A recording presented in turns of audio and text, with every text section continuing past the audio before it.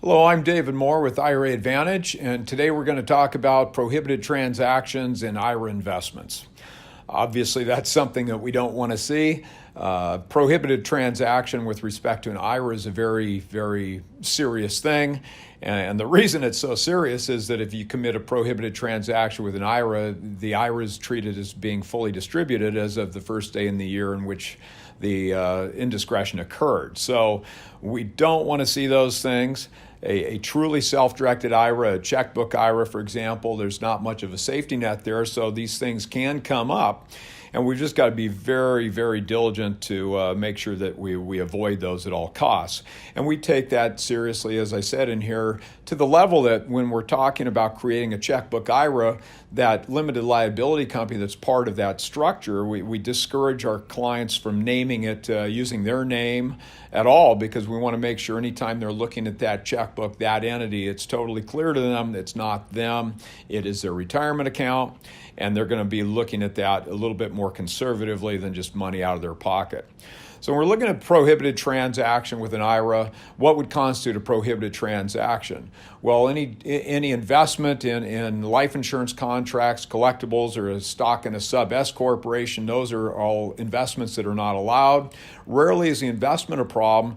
And once again, the way the law works, if it's not specifically prohibited, it's therefore allowed. So if we're talking about what you can invest in, we'd be here all day.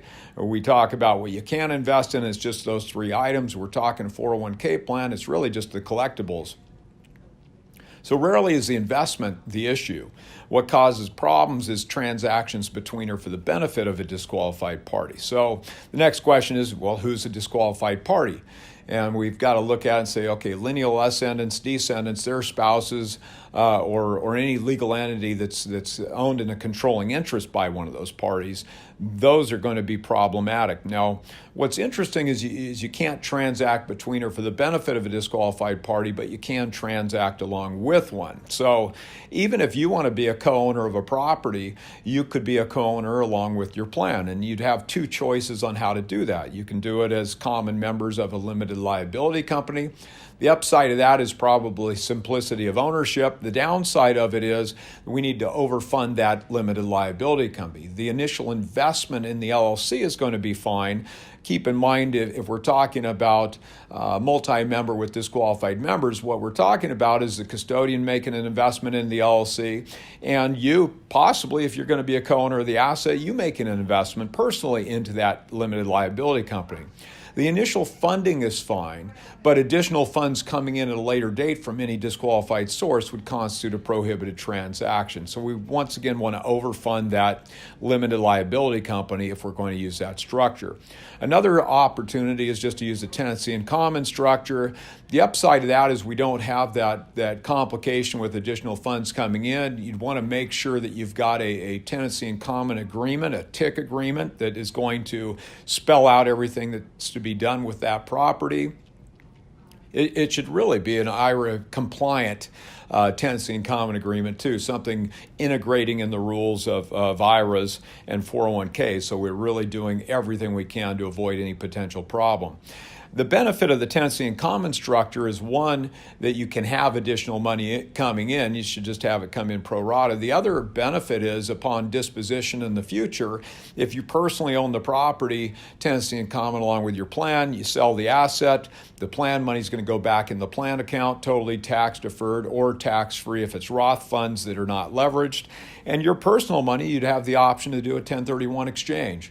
So, obviously there's always ups and downs to things. One other thing I want to mention is one of the downsides of buying real estate, at least from a Wall Street perspective, with the retirement account, is what happens if you've spent all your money on the property, real estate's not considered to be liquid. So what happens if you get to a point you've got to take that required minimum distribution, that RMD, and you don't have any money in the account?